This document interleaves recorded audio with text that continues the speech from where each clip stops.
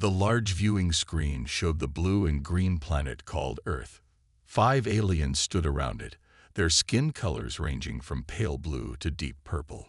They wore matching silver uniforms with badges that marked them as members of the Vryxian High Council.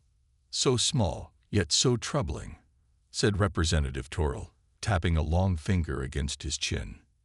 His skin was the color of twilight, and his 4 eyes blinked in sequence as he studied the planet.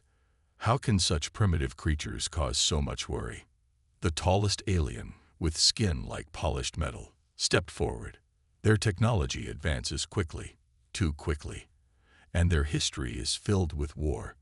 Toril nodded. Yes, yes, but surely they pose no threat to the Vryxian Confederation.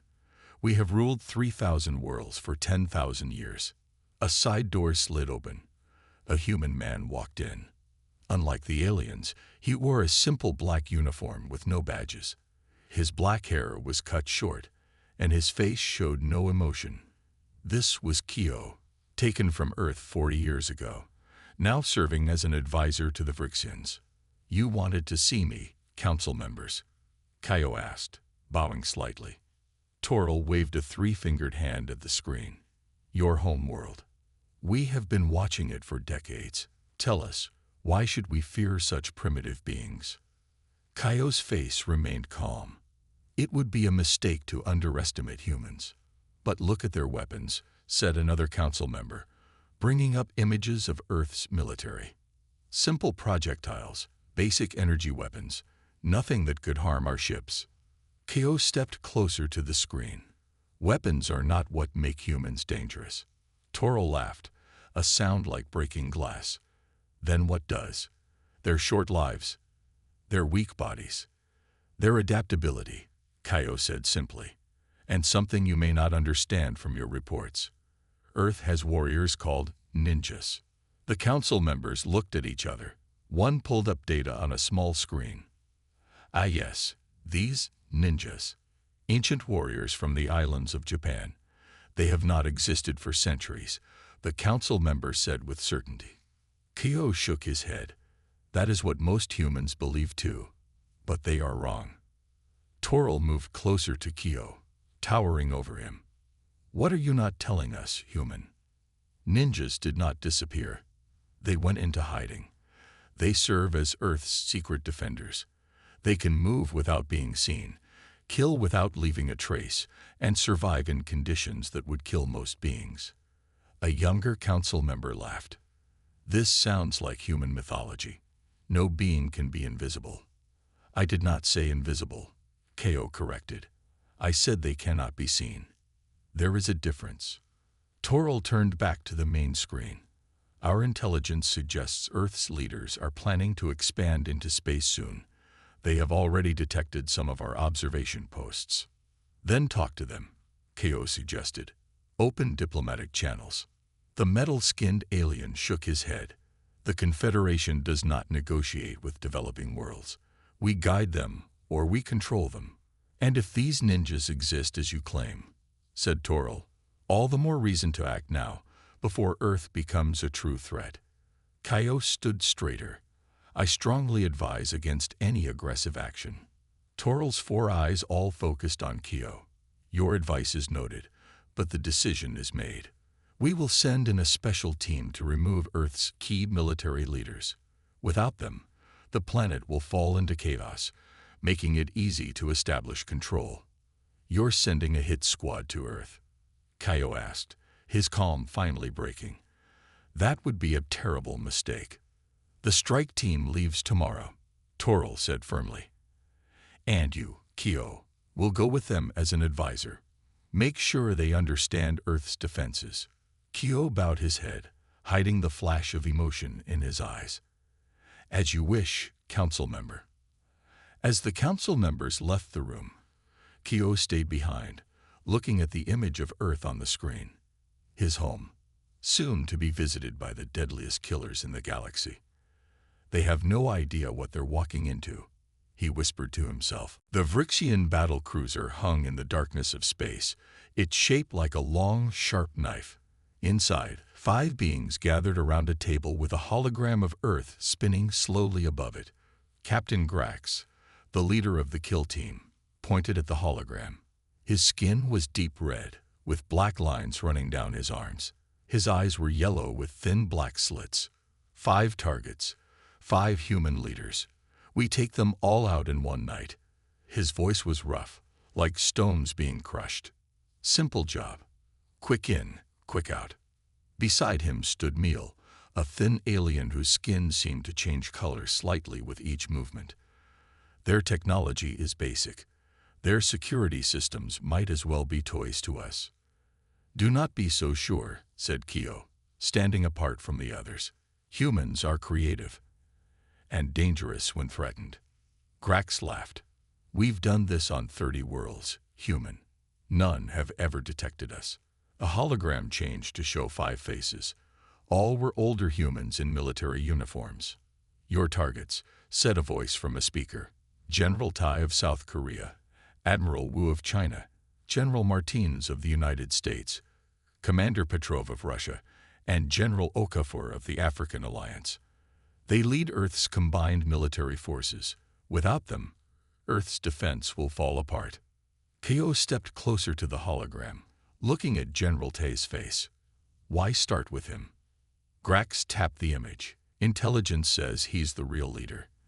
The others follow his plans, and he's in your home country. You know the terrain. The 4th member of the kill team, a female alien named Liz, smiled with too many teeth. Will that be a problem for you, Kyo? Helping us kill your own kind? Kyo's face showed nothing. I serve the Confederation now. The 5th team member, Drax, was taller than the others, with arms that seemed too long for his body. He had not spoken until now. What about these ninjas you warned the council about? Grax turned to Kyo. Yes, explain these great warriors that have the mighty Kyo so worried. Kyo looked at each team member. Ninjas were warriors who mastered the art of stealth, deception, and killing. They could move without sound, hide in plain sight, and strike without warning. Meal's skin rippled with amusement. Sounds like me. Perhaps I am a ninja. No, Kyo said flatly. You are not. Ninjas train from childhood.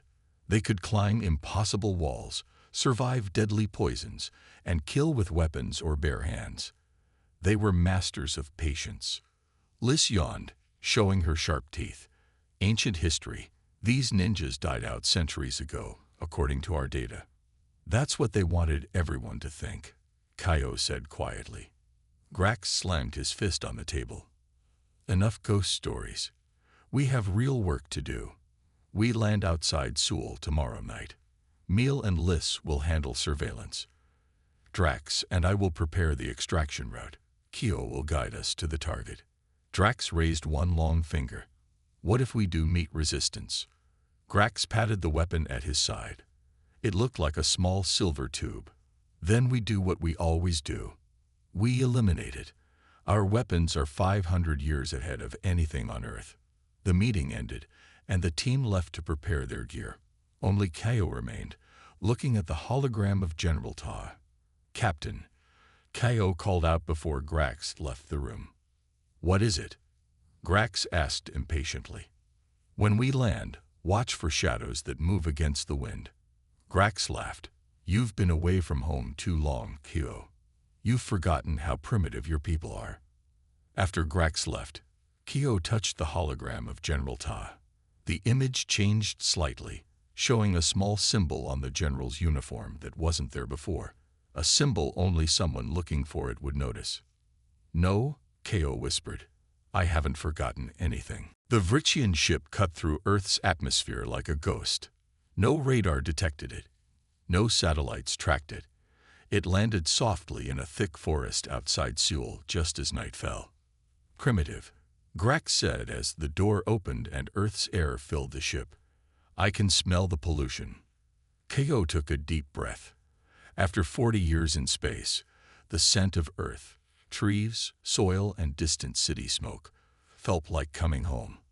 We are 20 kilometers from General Tai's compound, Kyo said, checking a small device on his wrist. It's built into the side of a mountain. Heavy security. Meal's skin rippled, changing to match the dark colors of the forest. Not heavy enough. The team moved out, carrying bags with their equipment. Drax took point, his long arms pushing branches aside. Liz followed, her eyes scanning for movement. Grax walked with KO in the middle, while Meal brought up the rear.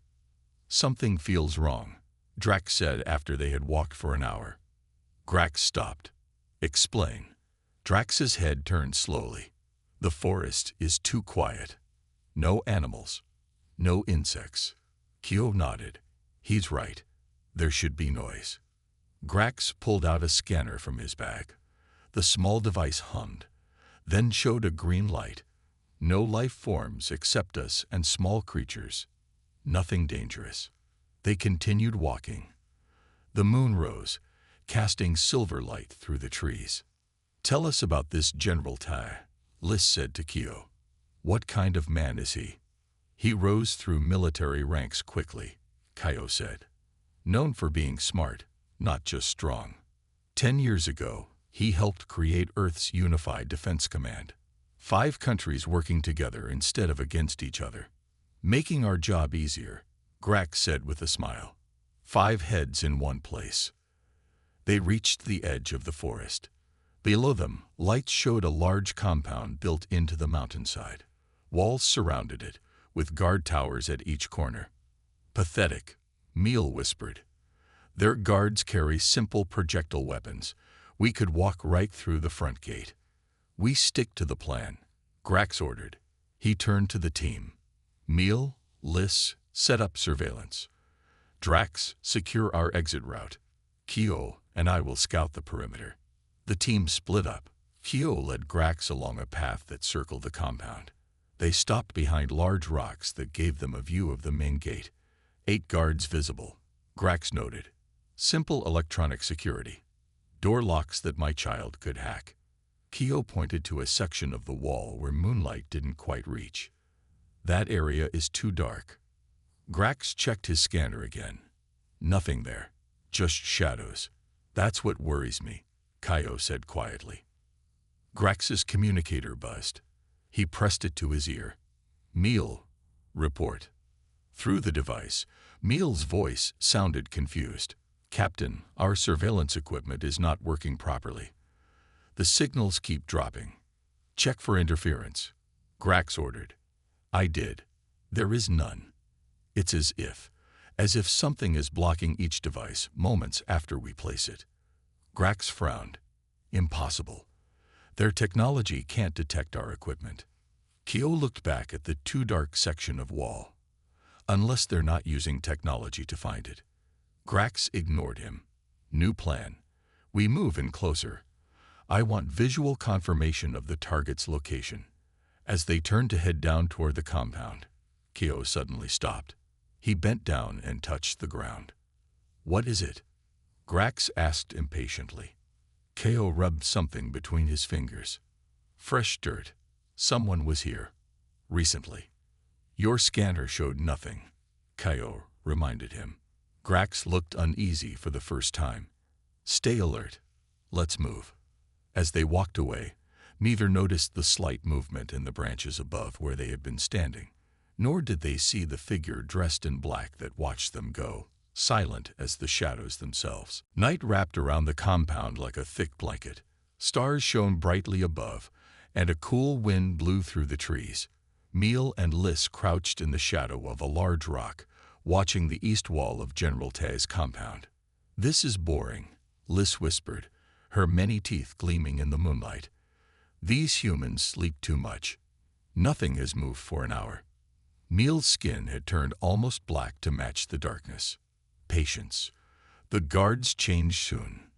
Liz checked her weapon, a thin silver rod that could fire energy blasts or release deadly gas.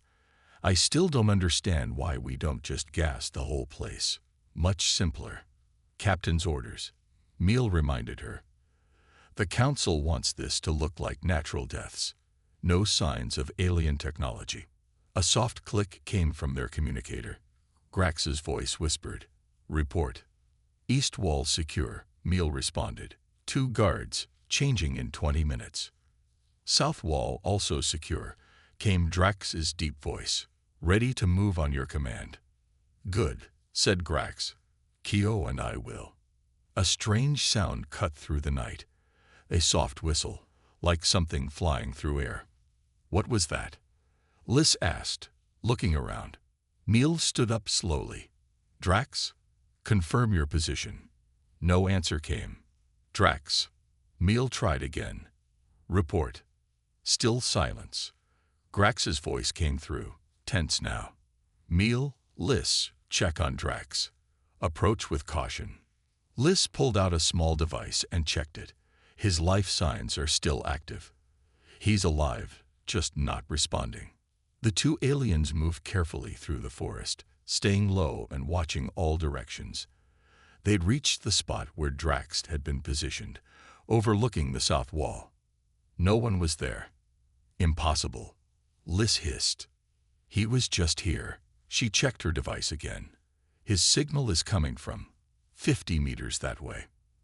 They followed the signal into a small clearing.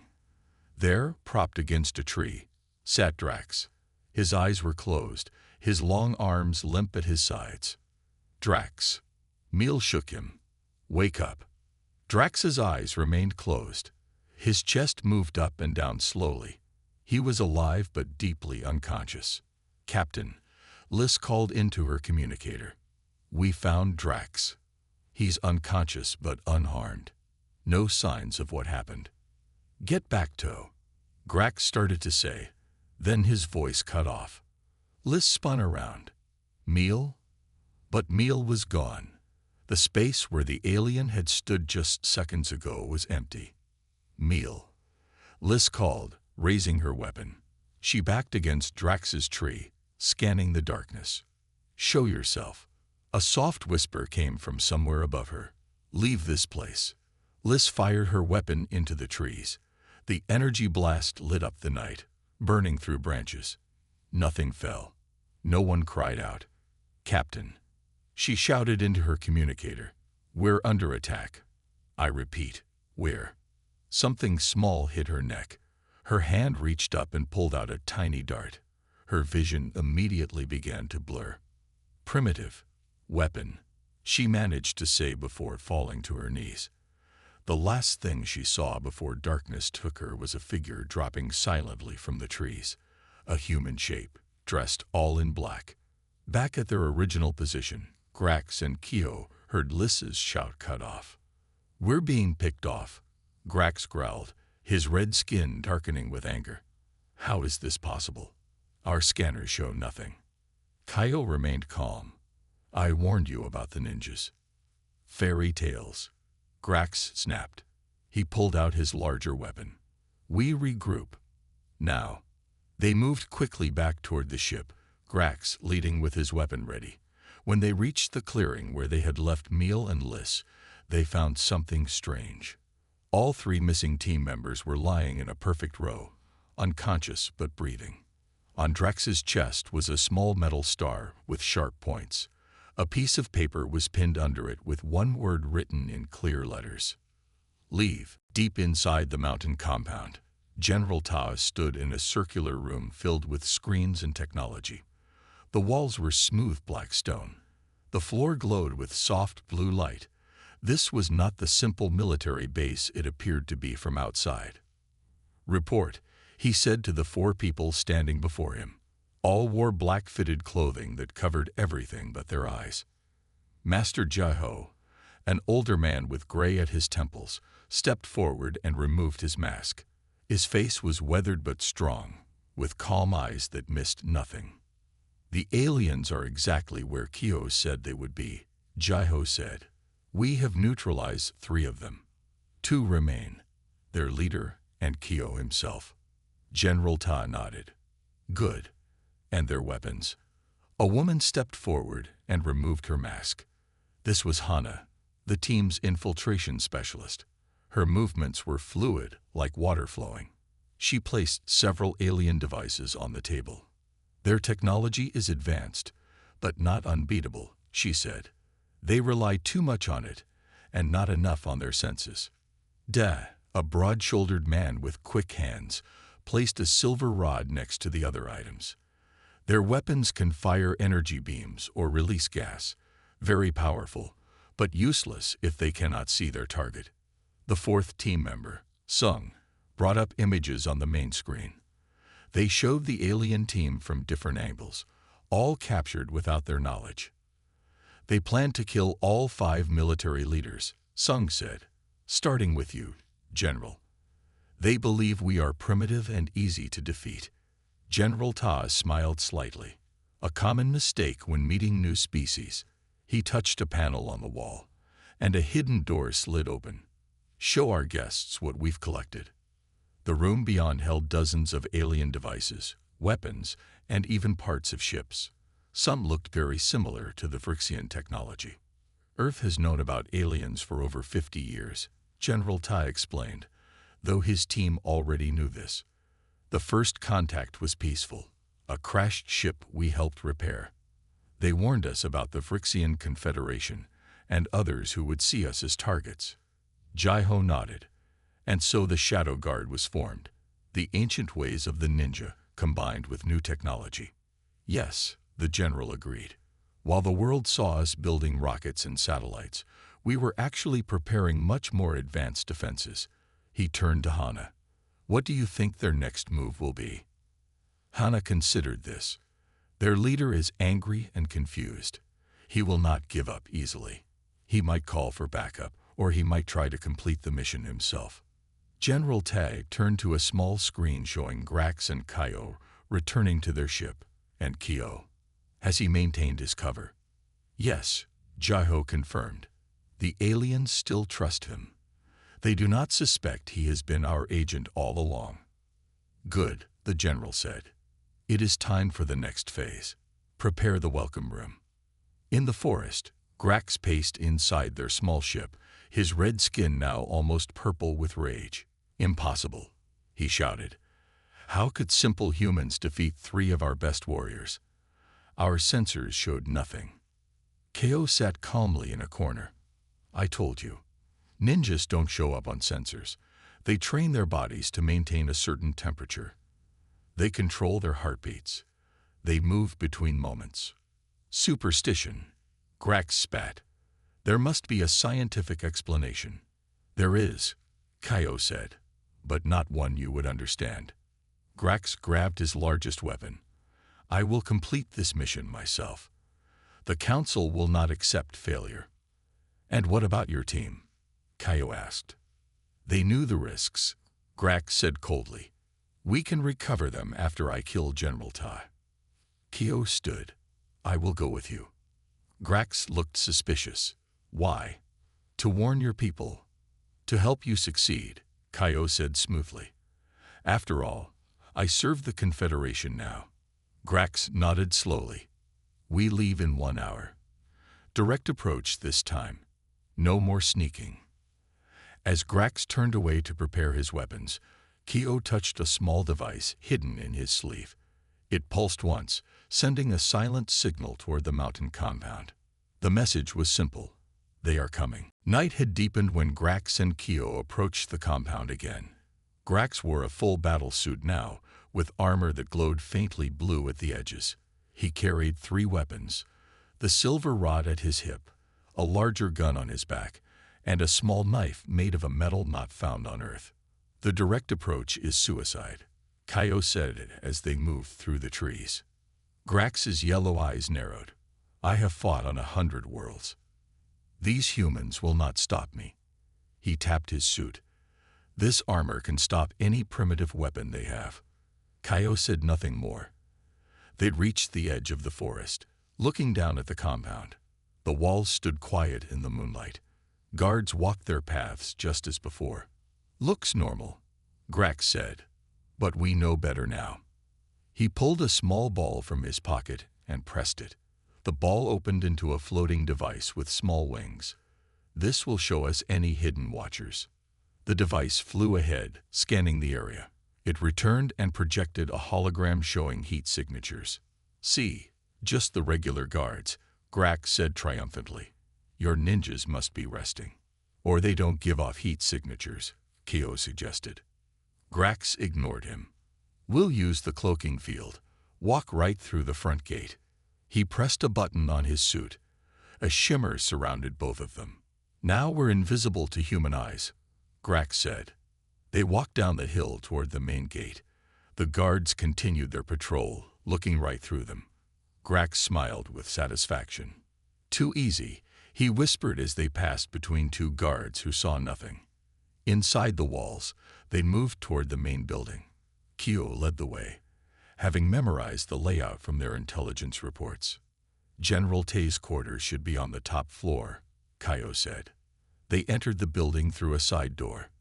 The halls were quiet and empty. Their footsteps made no sound on the polished floor. Where is everyone? Grax wondered. It's night. They sleep, Kyo reminded him. They climbed stairs to the top floor. A single guard stood outside a large wooden door. That's it, Kato whispered. The general's room. Grax pulled out his silver rod. One shot. Silent.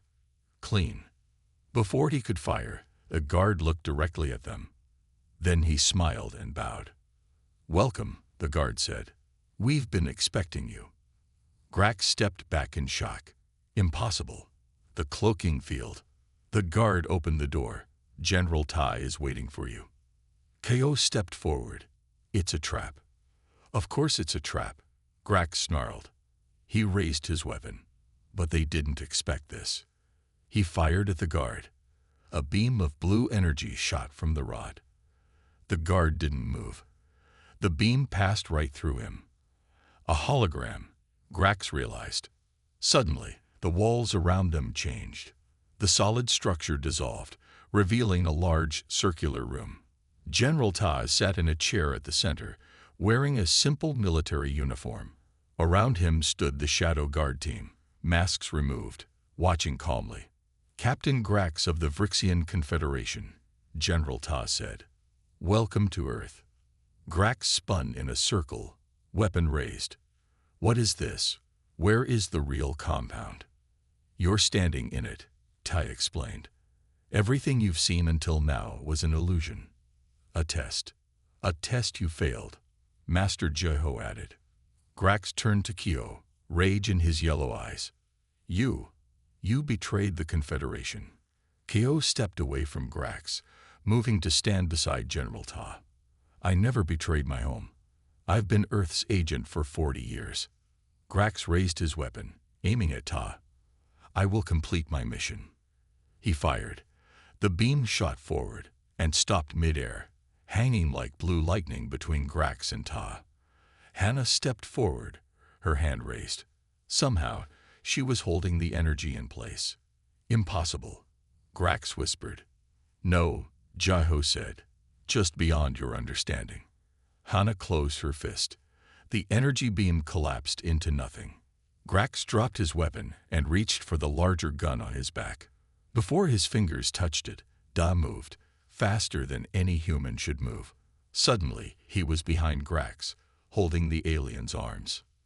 Now, General Ta said calmly, let's talk about why the Vryxian Confederation is so afraid of Earth. Grax sat in a simple chair in the center of the room. He was not tied up or restrained, but Day and Sung stood nearby, watching his every move. His weapons had been taken away. I don't understand, Grax said, his red skin now pale with confusion. How did you know we were coming? How did you stop my weapons? General Ta walked slowly around the room. We've known about the Vryxian Confederation for decades. Your people aren't as secret as you think. Kyo stepped forward. 40 years ago, the Vryxians took me from Earth. They thought I was just a normal human they could use to learn about our planet. They didn't realize I was already part of the Shadow Guard. Impossible. Grax shook his head. Our intelligence said ninjas died out centuries ago. Master Jeho smiled slightly. That's what we wanted everyone to believe. The ninjas never disappeared. We went deeper into hiding. We became the silent guardians of Earth. General Tay touched a panel on the wall. A large screen showed images of stars and planets. Earth discovered the basics of space travel 50 years ago. But instead of announcing it, we kept it secret. Why? Grax asked. Because we detected your observation satellites, Ty explained. We knew someone was watching us.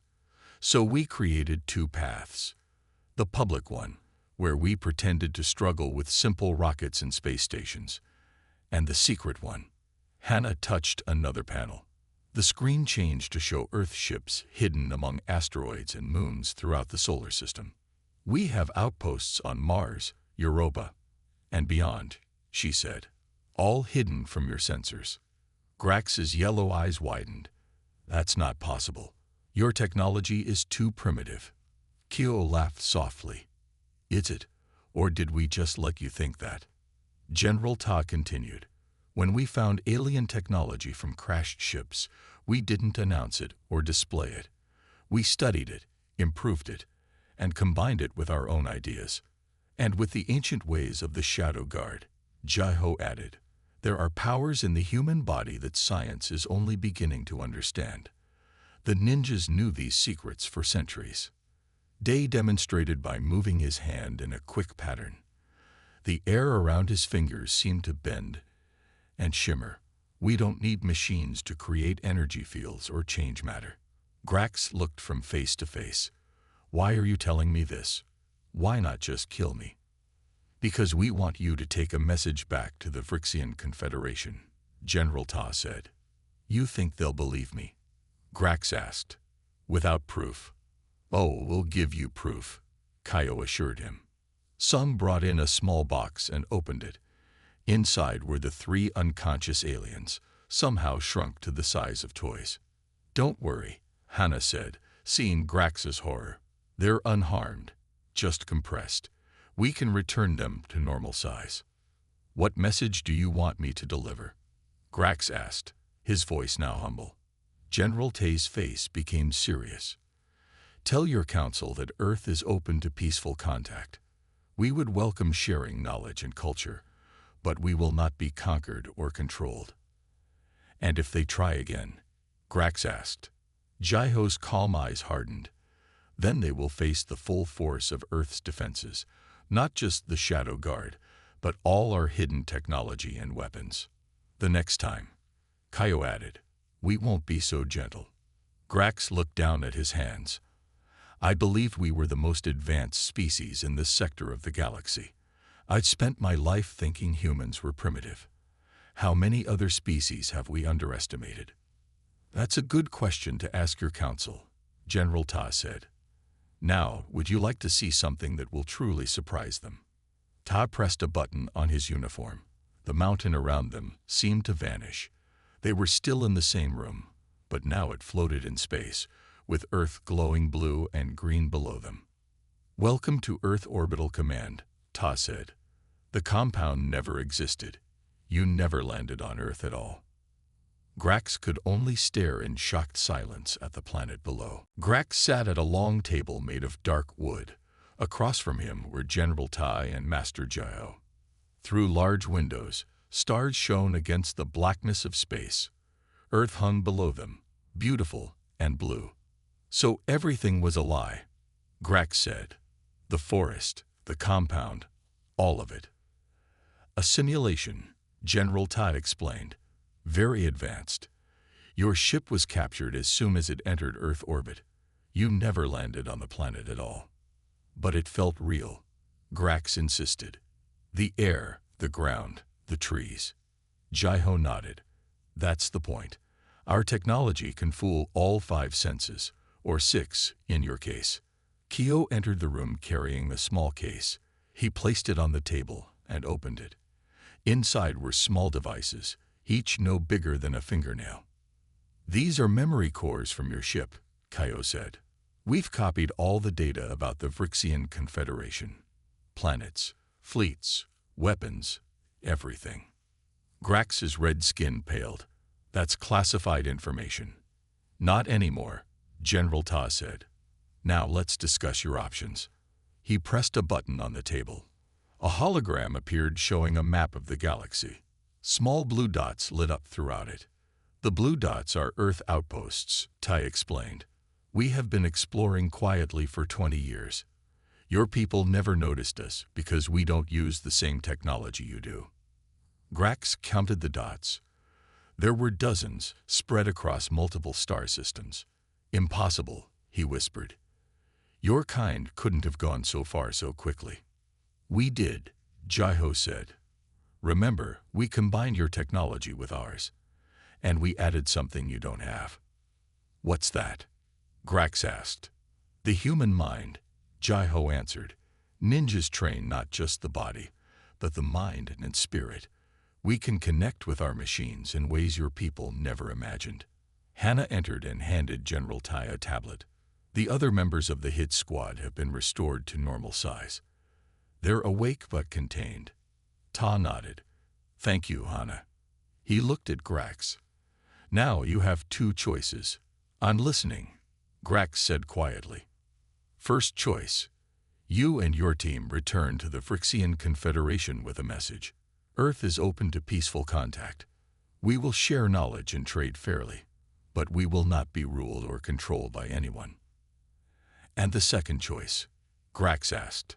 You stay here as our guests while we send the message ourselves, in a more dramatic way. Grax looked out the window at Earth. If I take your message, the Council may not believe me. They will, Ta said confidently. He pushed a small device across the table. Take this with you. When you activate it, it will show them everything we've shown you, plus this. He touched another button. The hologram changed to show hundreds more blue dots spreading throughout the galaxy. These are the places we plan to explore in the next 10 years, Tide explained. Some are already in Phyrexian territory. Grax looked stunned. The Council will see this as a threat. No, Jaiho corrected. They should see it as an opportunity. Earth does not want enemies. We want friends, partners. But we will protect ourselves if needed. What will happen to Kyo? Grax asked. I'm staying home, Kyo said. My mission is complete. Grax thought for a long moment. Your ninjas, the Shadow Guard. How do they do what they do? Our scans showed nothing. Master Jaiho smiled. That is what ninjas have always done. Move between moments. Exist in the spaces others cannot see. He raised his hand. A small ball of energy formed above his palm, glowing with soft blue light. We discovered long ago that the human body has energy that can be trained, focused, and used. We combine this ancient knowledge with modern science and alien technology. The ball of energy floated up, then split into 5 smaller lights that danced around the room. So, General Ta said, what will you tell your council? Grax reached for the device. I will tell them that sending a hit squad to Earth was the biggest mistake they could have made.